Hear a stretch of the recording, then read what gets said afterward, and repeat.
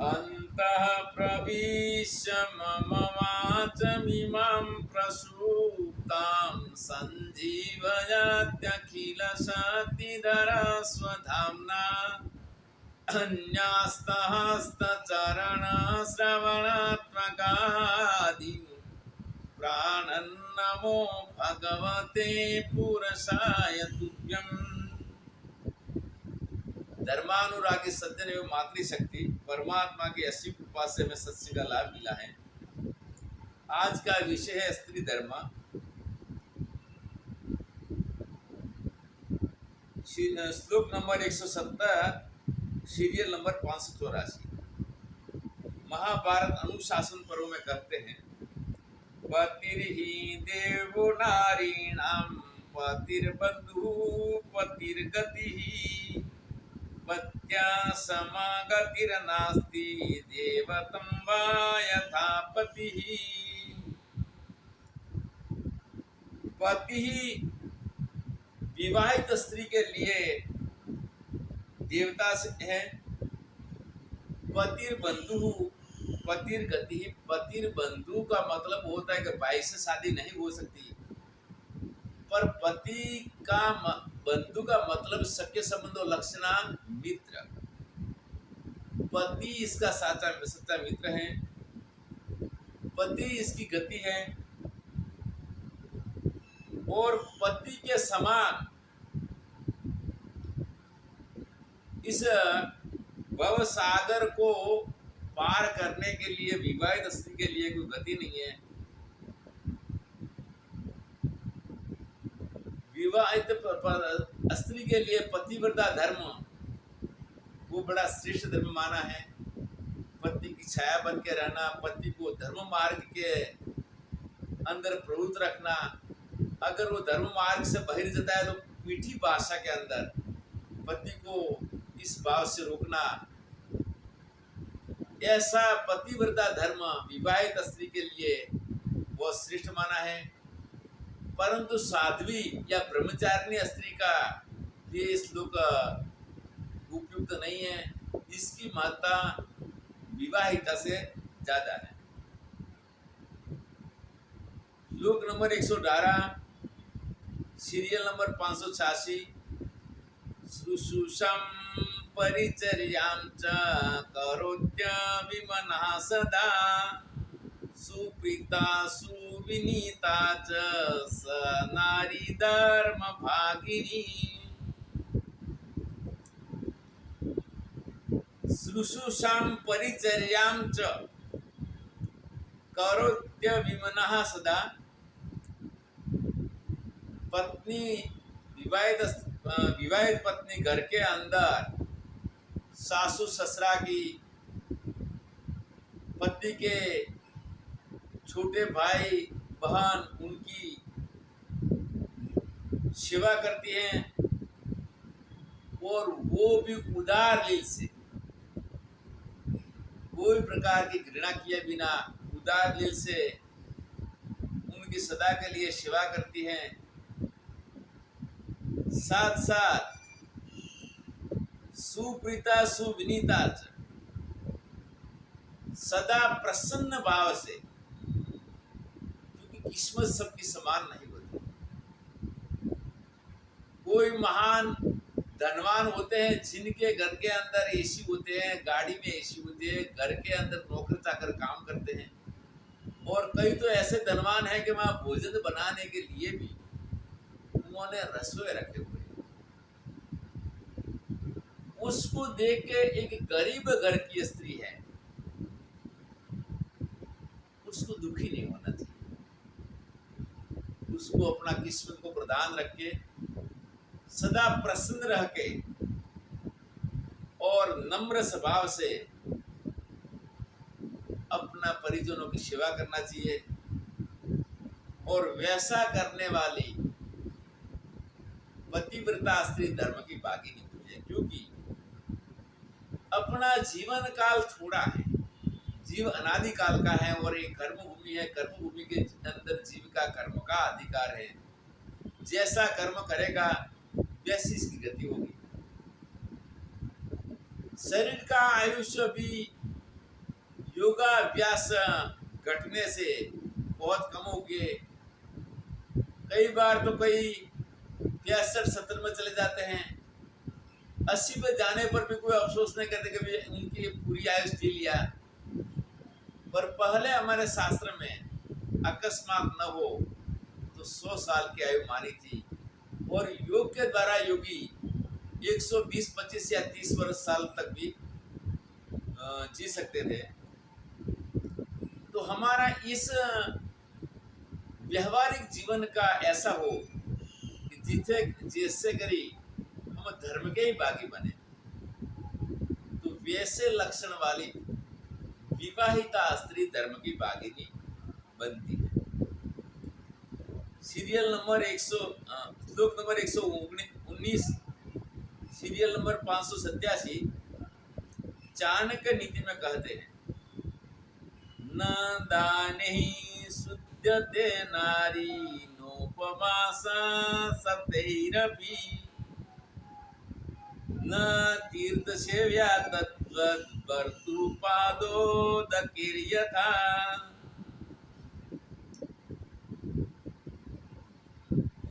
स्त्री के लिए सर्वश्रेष्ठ भक्ति है अपने पति के चरणारविंदों का जल। पति के चरण की पूजा करके अगर रोज वास्ते उनका पैर धोकर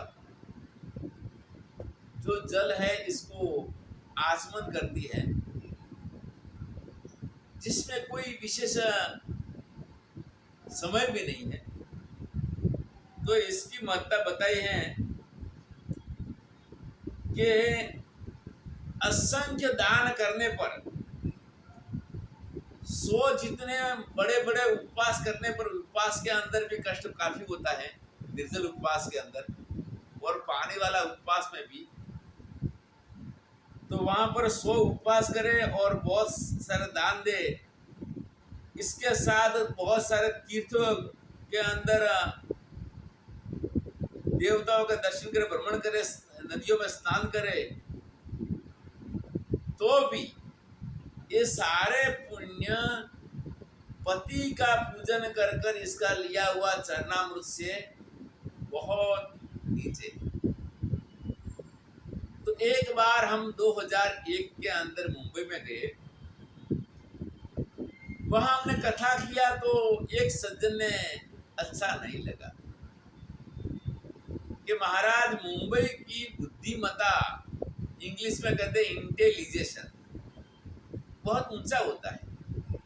ये बात पुरानी हो गई, आजकल का नवा युग में ये बात नहीं कहनी।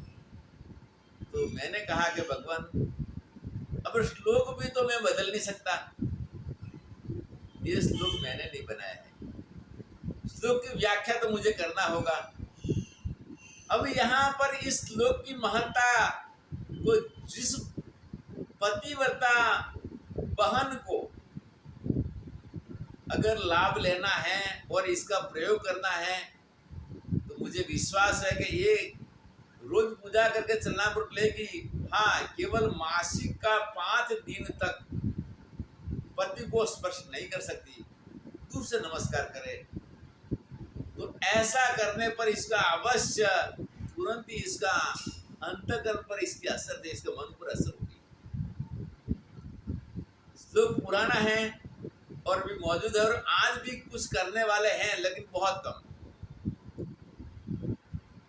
श्लोक नंबर 120, सीरियल नंबर 591, महाभारत शांति पर्व में कहते हैं, नास्ति भर्तु समो नासो नास्ति भर्तु समं सुखम विसृज्य धन सर्वस्वं भर्तावे शरणं स्त्रियः।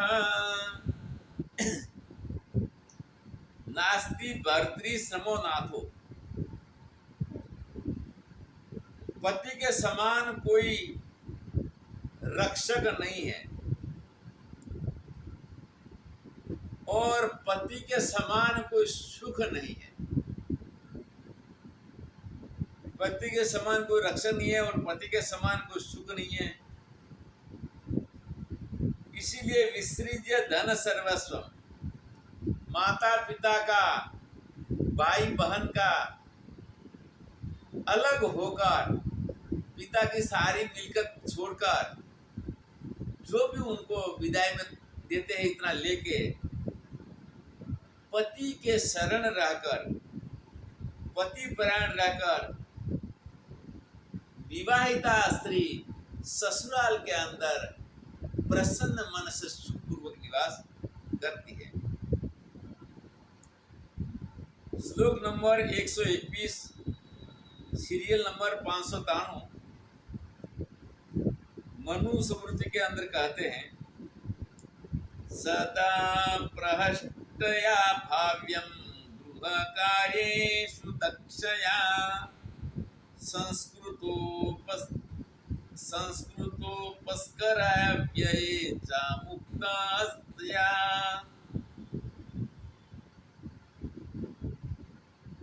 स्त्री को चाहिए कि सदा प्रसन्न रहे, सदा प्रष्टया भाव्यम गृह कार्येषु दक्षया, और घर का कार्य करने के लिए वो दक्ष मतलब कुशल होना चाहिए। सुसंस्कृतोपस्करया, और अच्छी तरह से अपने घर को एकदम सुंदर, साफ सुफ बर्तन इत्यादि को करके सुंदर रखे,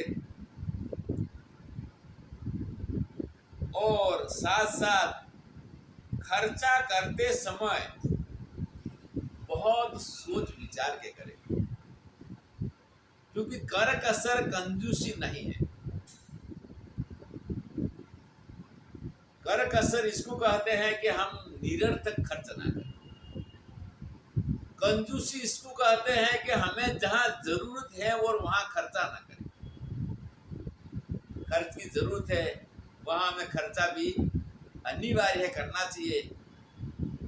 तो इसीलिए जीवन के अंदर कर कसर होना चाहिए, कंजूसी नहीं होना चाहिए।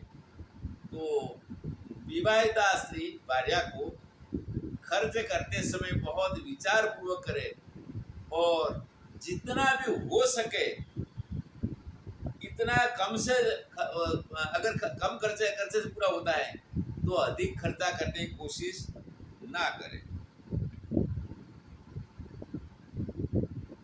श्लोक नंबर 122, सीरियल नंबर 601, यस्य भार्या सुतिर्दक्षा भर्तारमनुगामिनी नित्यं मधुरवक्त्री च सा रमाना रमा रमा। यस्य भार्या सुतिर्दक्षा, जिनकी पत्नी पवित्र, शरीर और मन दोनों से पवित्र, और दक्ष का मतलब चतुर, भर्तारम अनुगामिनी, अपनी पति की छाया बन के रहने वाली, साथ साथ कहता है कि नित्य मधुर वक्त्री च, और अच्छे मधुर वाक्य बोलने वाली, वो वास्तव में वैकुंठ में भगवान माँ भगवती लक्ष्मी है, वैसे वो घर की लक्ष्मी है। इसीलिए कई बार इसके लिए अलंकार रूप गृह लक्ष्मी ऐसे शब्दों का भी प्रयोग किया है। तो ऐसी गुणों को संपादन करना चाहिए, और विवाह से पहले बेटी को एक गुण संपादन के लिए जो भी हमारी व्याख्यान माला को टीवी के अंदर, मोबाइल के अंदर देखेंगे और इसका अमल करेंगे, इसका अवश्य उनको जरूर फल मिलेगा और घर गुरुकुल होगा। हरिओम।